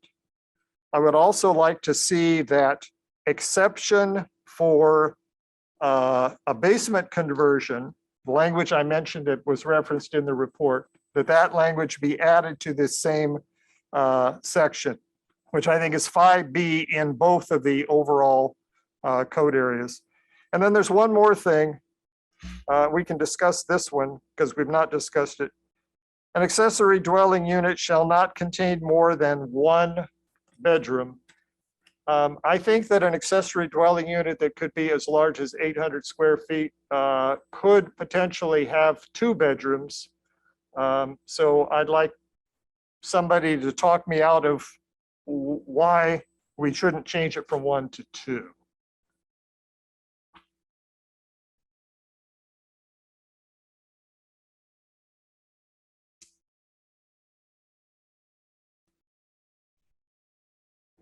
Any Would parking become an issue with that? How would that affect the parking situation? If we're looking at bedrooms. I think our parking requirements reference dwelling units rather than the number of bedrooms that they have. Is that accurate, planner? Yes, and we can't require parking spaces for ADUs. Is there any reason we couldn't make those changes? I would say that someone came in the last month to the counter looking for a smaller ADU, 230 square feet. So I'm not sure why you would have a minimum size. But if you are looking at having a minimum, you may want to consider even a 200. Do we have to have a minimum? Could we say no more than 800 square feet? I think that would make that easier. I think the recommendation of a minimum came during the discussion that we had in the joint meeting with the city council. And there was some concern that so-called tiny houses, these, I don't know how they're defined, but someone might use one of those, a more portable, less, supported structure might take the place or be used as an ADU if we didn't have some kind of minimum size requirements. But I would support removing minimum size requirements altogether. But if members of the council or others who weighed in that night felt it was important, I think that the square footage ought to be more reasonable than what's been proposed. Remember, I remind you that 400 square feet used to be the maximum size. So we have people probably who, if they have built a legal ADU under our current code, have built it less than 400 square feet. We can't turn around and say that that's now larger or smaller than the minimum or whatever. So how does everyone feel about removing the minimum? I agree. Okay, Could there be negative repercussions from that, though? What could I be the don't- flip side on I that? don't believe Why- so. Why would some towns opt for a minimum then and not just say? this- add more words. No, I'm just kidding. Yeah, I think just the idea that someone would, bring in some kind of portable situation, a custom little trailer that they used to go sleep out in the woods in. And then now they're like, oh, perfect, I'm gonna set this up in my backyard and use that as my ADU. So do we want to put 200 up to no more than 800 square feet? Consensus, folks. Well, I think like Commissioner Milch said, I mean, these are only our recommendations and Right. city council might, they might feel differently about it and add that minimum. So, Commissioner Langston? Yep. An RV is defined as having a floor space of less than 220 square feet. okay. There you go. So a lot of tiny homes are registered as RVs. Gotcha. So would we be looking for a 220-foot minimum? Yeah. Okay. That would restrict that scenario. Commissioner Milch, I like all your recommendations, but let's make a decision about the minimum and right. move on to go ahead and start making some approvals here. I would move that under chapter 17.12, the R5 single family residential. I'm looking at page 4-94 in your packet. That in item 5B, near the center of the page, the blue underlined line, that we change 400 to 200, And 20, I thought, it- 220. Okay. Got it. And that we add a line after the semicolon. I've got to go back and find that from the previous meeting. I can't remember. Which would say, let me see. I'm sorry, I have my mic off. Talking about changing that section to read 200 square foot minimum rather than 400. 220. 220. And that we add the language that allows a basement conversion to be exempt from the maximum so long as no additional square footage is added in by the conversion. This was language that we borrowed from Oregon City, and we discussed it at a couple of previous meetings, and I believe there was consensus at the time to do that. I made reference at our last meeting. We have split level homes and homes with daylight walkout basements that may be larger than 800 square feet that shouldn't be forced to, wall off 100 square feet of their 900 square foot basement in order to get it down to an 800 square foot basement. So, I do believe that was already discussed earlier, or they made mention about there was, yeah. Yeah. But I just didn't see it in the code that we were presented tonight.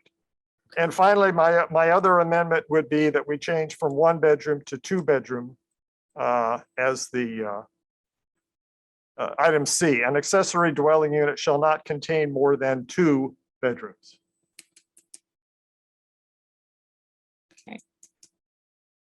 someone going to make a motion that we start doing some decision making here? Well, I think I made that as a motion to amend the code that we have here. Okay, So I'd be, I guess, looking for a second to that. I'll second that motion. Thank you. Okay. And that would also apply to the R 7.2 chapter. The same section appears in both chapters. I hope the seconder is agreeable to that. Yes. Okay. Can you kindly restate that motion? Okay. If you look on page 4-94, right in the center of the page, you see the line in blue. I do. Yes. Okay. I just wanna So make sure- entirely sure. I'm proposing that we amend that line of code to read 220 square feet as the minimum. Yeah. That we add a line about an exception to the 800 square foot for basement conversions where the square footage is not increased. And then on line C, we change it from 1 bedroom to 2 bedrooms. And that would apply not only on page 494, but also on whatever page the our 7.2 code is. that, 4-83. 4-83, thank you. Ms. Fields, I have a question. If ADUs are capped at 800 square feet, doesn't that preclude the use of mobile, any kind of a manufactured home as an ADU? If they have 1,000-foot minimum requirement?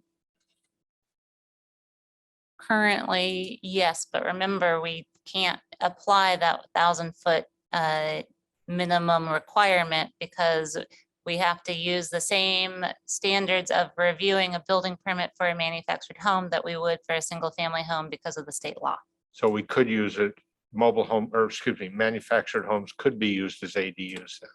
If it was smaller than 800 square feet. Okay, thank you. So who was it that made the second? Okay, Pat Smith. Tammy, could you do a roll call vote, please? I can do that. Okay. Commissioner Langston, Yes. Commissioner Milch. Yes.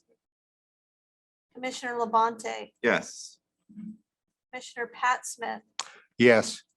Commissioner Mercero, yes, Commissioner Volbada, Yes. Chair Smith. Yes, motion has passed.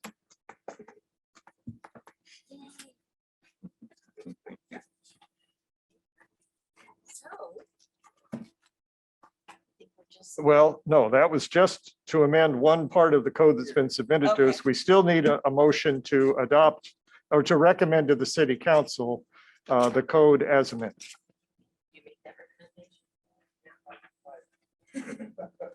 I know.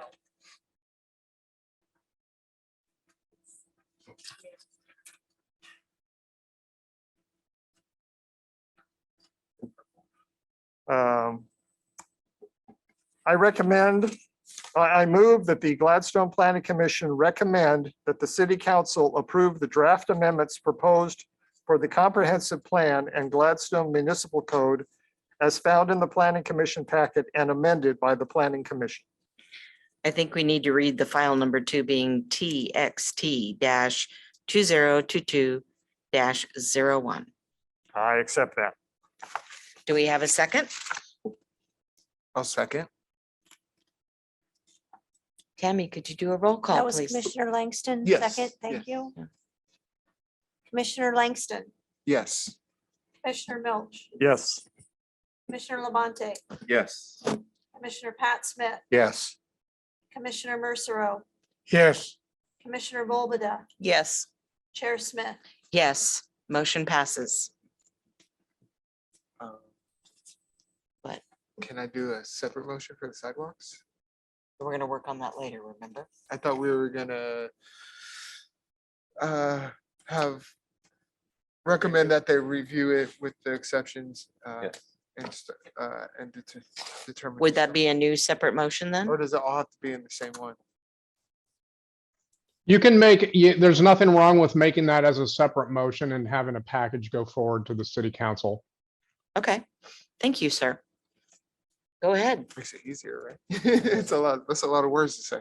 I make a motion that we also, recommend city council review sidewalk to review sidewalk design standard as written in our packet, sidewalk option B with the exceptions, and to also determine if stormwater master plan language should be considered in that proposal. A second.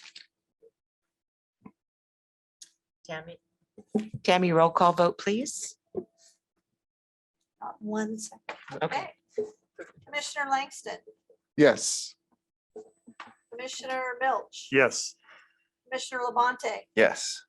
Commissioner Pat Smith, Yes. Commissioner Mercero, Yes. Commissioner Volbada, Yes. Chair Smith. Yes. Motion passes. So I think all we have left is business from the planning commissioners. Let's start with Jennifer, if we could, please. I have nothing new this evening. Thank you. Commissioner Milch? It occurred to me as we've worked up to this, we're sometimes asked about conflicts of interest on legislative action that we take. All of these amendments that we're doing as a result of House Bill 2001 are going in a lot of cities across the state, and they affect virtually all homeowners and even renters, because as Commissioner Mercero pointed out in a meeting recently, this is designed to help solve a supply and demand issue. It's the lack of supply of housing that results in the high cost of housing. So those of us who are homeowners could potentially benefit financially from being able to have the freedom to develop our property in ways that we weren't able to do prior to this legislation. Those of us who are renters may be able to find housing more readily and at a lower cost. That is a potential benefit to us financially. Some of us may find that we have housing types in our neighborhoods that we didn't have before, and we may feel that could lower the value of our property, and it could potentially damage us in negative ways. But I think the wide scope of this legislation covering jurisdictions throughout the state is a good way to approach it. It's better economically rather than one city taking the advantage of doing some action that would change the whole housing scene. The state in its wisdom has spread it around so that we will see every city adopt language of this type. And we will not be alone in that. And I hope that whatever benefits or, negative impact it has on us economically, I hope nobody will come back and say you voted for this because you were going to do better or do worse. Or it doesn't seem to fall into the same category as the typical kind of conflict of interest questions that we are asked. I hope I'm correct on that. I hope staff agrees. Madam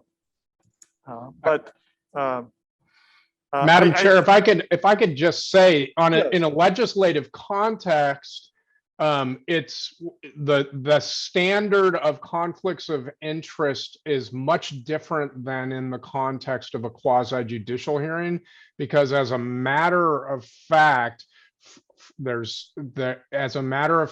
policy is being implemented, there are always going to be certain beneficiaries of it. And also, as a matter of fact, when you take your quasi judicial hat off and put your legislative hat on, you are undertaking a public service of exercising your policy discretion.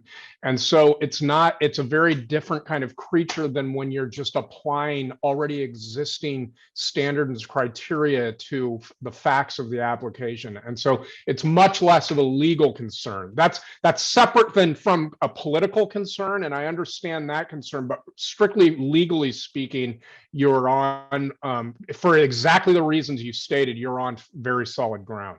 Okay, thank you, Mr. Parsons, for explaining it far better than I could and more concisely. I appreciate that. Go ahead. No new business for me tonight. Thank you. Commissioner Mercero? No further comments by myself. Commissioner Labonte? No further comments. Thank you. Commissioner Smith? No comments tonight. Thank you.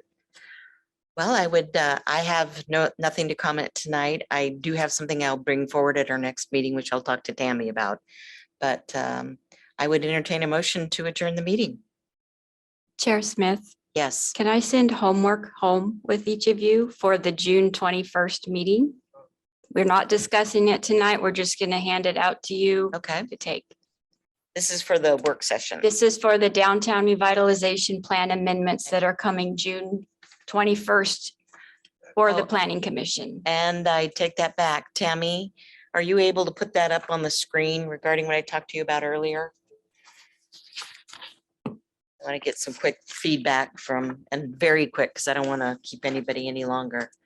There's going to be a work session. And as you'll see on the screens, whoops, it went away. This is the only one. Yeah. Oh, that's mine. Okay. I want everyone to look at this real quick to see if there's anything else that you think we need to add on to our work plan for 2022, which is almost over with.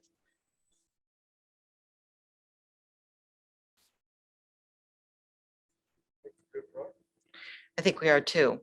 But is there anything else I should take to the work session? Because it's just going to be the chairs that are going to this work session on the 24th, not the entire planning commission. So if you have any input or something that you'd like me to address, please let me know. I think the planning commission has done an outstanding job on your work plan, and this was a huge lift, and staff appreciates you very much. I appreciate everyone I work with here. So on that note, I would entertain a motion for the meeting to be adjourned. So moved. Do I have a second? Second. Tammy, would you do a roll call vote, please? Sorry, who was the second? Pat Smith. Thank you.